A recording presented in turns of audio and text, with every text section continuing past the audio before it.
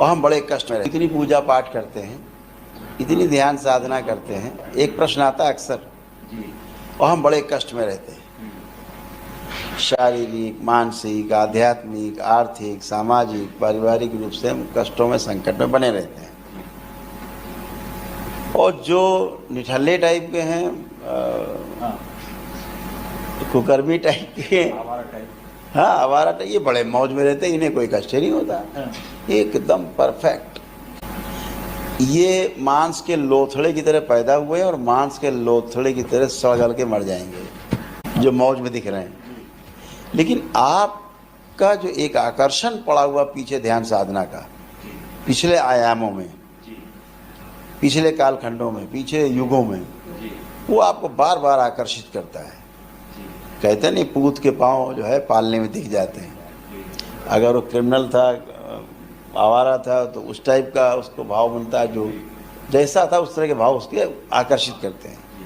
फिर वो संगति में आकर के, चूँकि मनुष्य ज्ञान अवस्था का प्राणी है, इसीलिए संगति में आकर के अगर डॉक्टरों के ग्रुप में चलेगा डॉक्टर बन जाता है, इंजीनियर के उसमें चला गया तो इंजीनियर बन जाता है, फोटोग्राफर चला गया तो फोटोग्राफी करने लगता है, हवाई जहाज लोग चलाया तो उड़ाने लगता है, और जो गुंडे बन जाते मवाली तो मारकाट करते। जो जहाँ फंस गया, ज्ञान जो मिला उसको, उसका वो पूरा सदुपयोग करता है उस ज्ञान का।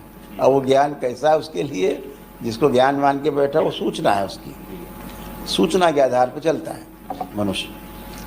तो जब हम ध्यान साधना पूजा करते हैं तो हम उस साधना पथ से जुड़ने लगते हैं, और वो हमारे शरीर जिन कष्टों में, साधना के समय के आखिरी क्षणों में छूटे हैं, कष्टों में या मृत्यु के समय के, जो वो चीज़ें सीधे से फील होने लगती हैं, वो कर्म भोग आने लगते हैं सामने। मैं बोलता हूँ ना, जैसी आप इच्छा करते हैं वो वाली आपके इर्द गिर्द इकट्ठी होने लगती है। वो इच्छाएं है कहाँ से, किसकी इच्छाएं? आपकी ही अनंत इच्छाओं कह लीजिए शब्दों में, वो पड़ी हुई है तमाम आयामों, वही आपको घेरने लगती है उसी टाइप की, और आप वैसा ही फील होने लगते हैं, वैसे करने लगते हैं, वैसे रोगी दिखते हैं। जब गुरु कृपा होती है तो वो कर्म भोग कट जाते हैं, फिर दूसरा खुलता है कर्म भोग का चैप्टर।